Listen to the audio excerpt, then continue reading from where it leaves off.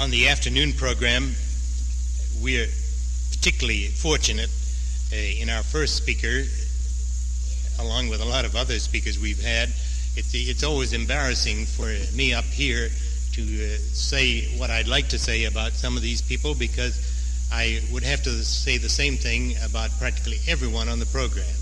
And it's a little hard to change the wording from one speaker to another or one situation to another to say just what I do mean without appearing to draw invidious comparisons, which I don't intend to do. But our first speaker this afternoon we're very pleased about, because he's been having a tremendously successful tour on the coast and on the West Coast, and as far as I know, this is his first major appearance in the East. So we're very pleased about it, and we're also particularly pleased because we've been able to snare one of our leading conservative writers and activists to act as moderator. I don't need to tell you about Medford Evans and his writings. You know his books. They're available at various places here at the rally.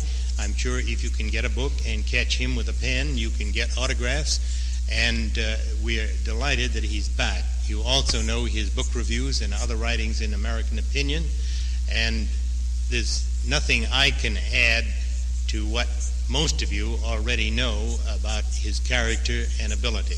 And it's a pleasure to present to you again Dr. Medford Evans.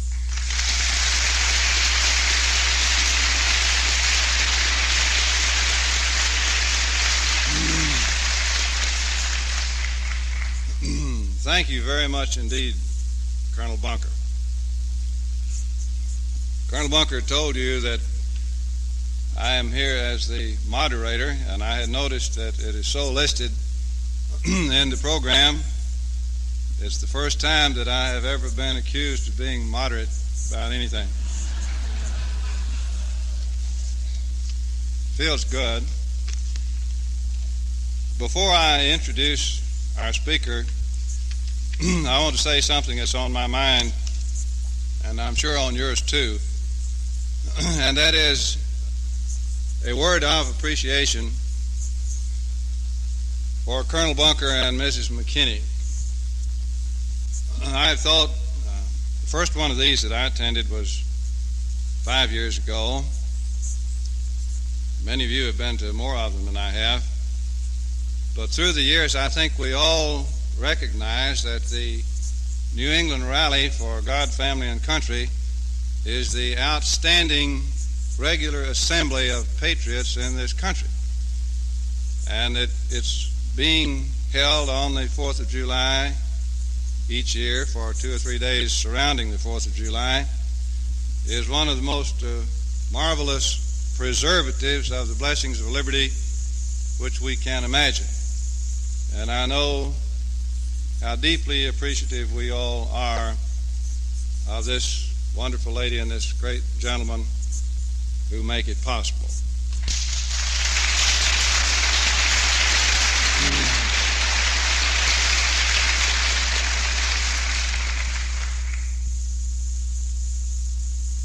Agreeing with Colonel Bunker entirely that it would be invidious to compare one speaker with another on such a program as this, and particularly conscious of that great American who is going to appear later this afternoon, Elder Ezra Taft Benson.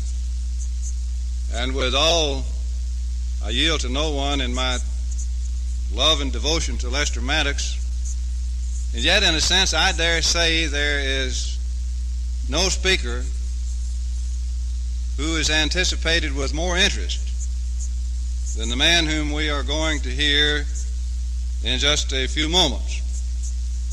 Because here is a man who can and will tell the truth about the New York Times.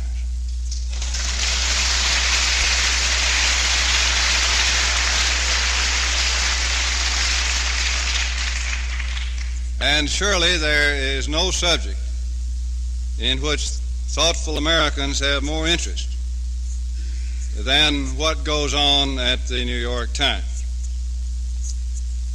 I noticed an advertisement, a self-advertisement, in the New York Times book review last fall, I believe it was, about the appearance of the annual New York Times Index. Comes out in paperback every 2 weeks, and then at the end it's summarized into an annual volume. And the advertisement for the index of the New York Times for the year 1968 said, "If it isn't in the New York Times Index, it didn't happen." Now you understand that we are supposed to take that as a halfway tongue-in-cheek bit of salesmanship and braggadocio, and yet in a very real sense it is seriously intended, and unfortunately, in a certain sense, it is pragmatically true. For none of us can literally revisit the past. The New York Times is the most prodigious newspaper of record in the history of mankind. No student of contemporary history can do without it. And in a way, it is true that if it isn't in the New York Times Index, then for many purposes it might just as well not have happened, because the average scholar can never find it if it isn't in there. This is a tremendously important institution, the New York Times. What the ad did not say is the converse, which has unfortunately a certain amount of truth also, and that is, if it is in the New York Times, then it did happen whether it happened or not.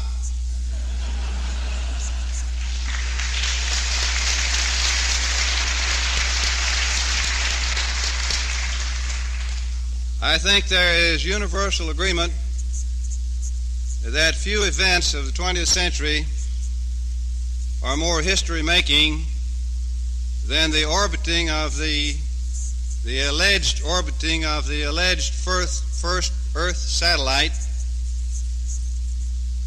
on the 4th of October 1957, now usually referred to as Sputnik 1.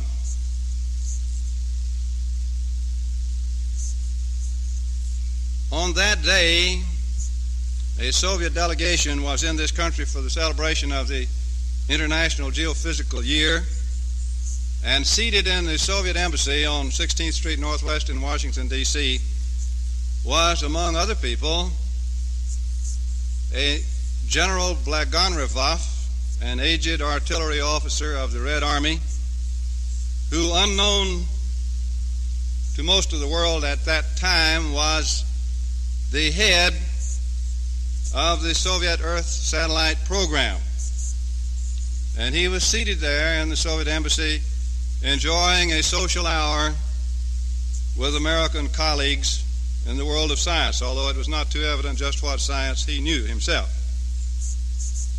And the account, one in the New York Times itself and the other in the Scientific American, stated that an American scientist, the Scientific American said Dr. Thomas Porter, but the New York Times said Dr. Lloyd V. Berkner, so it must have been Berkner. An American scientist came into this drawing room in the Soviet embassy with the head of the Soviet project sitting there and said, "Gentlemen, I have an announcement to make. The New York Times says that Russia has put an Earth satellite into orbit." And so the head of the Russian project sat there and heard the New York Times tell him what he had done. And it appeared that he was not too sure of it until he heard it from the New York Times. I'll mention a more recent example of the negative. If you're not in the New York Times, you are an unperson. My great and good friend, General Edwin A. Walker, who has been mentioned on occasion in the New York Times, I must say. But recently, a new book appeared entitled The Assassination of John F. Kennedy by a man named Albert Newman. And this is a very long book, a very scholarly book.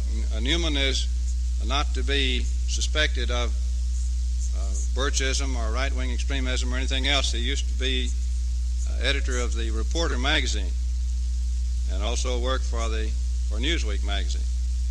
But in this new, very long book about the Kennedy assassination, his chief point is that Lee Harvey Oswald was primarily interested in killing Edwin A. Walker, and that after he missed him on the 10th of April in 1963, that he continued to plot, that he did not know that Kennedy was coming to Dallas, and he did not know what the motorcade route would be until very shortly before the day of the assassination, that he did not know this when he took the job at the Texas School Book Depository.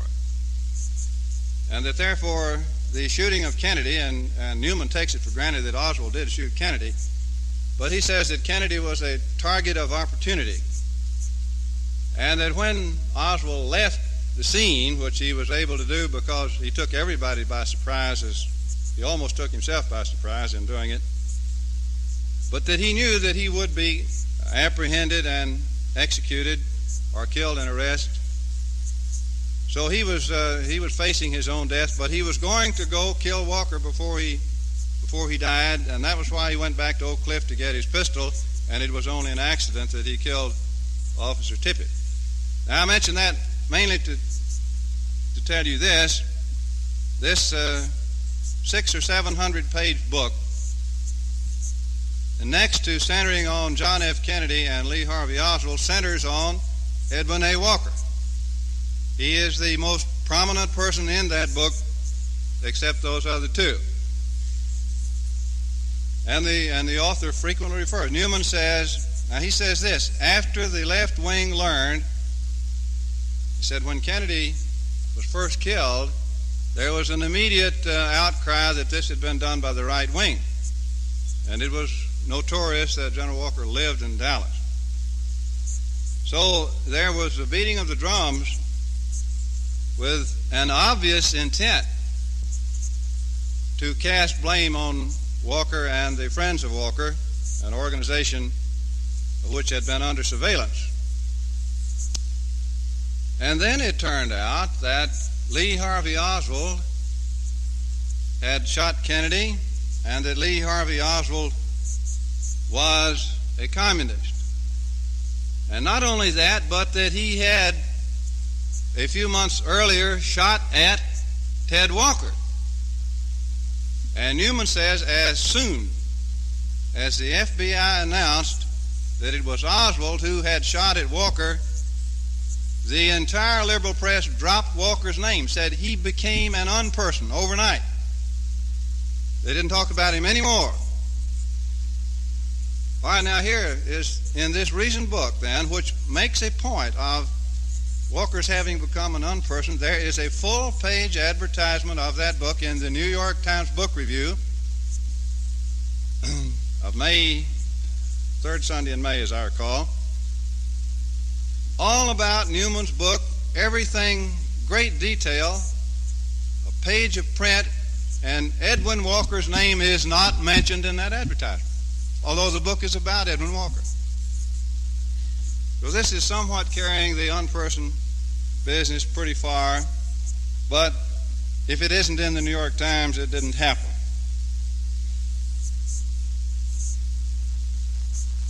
Our great dependence on this great newspaper, and I want us to remember that it is a great newspaper, which is why it is so important to criticize it.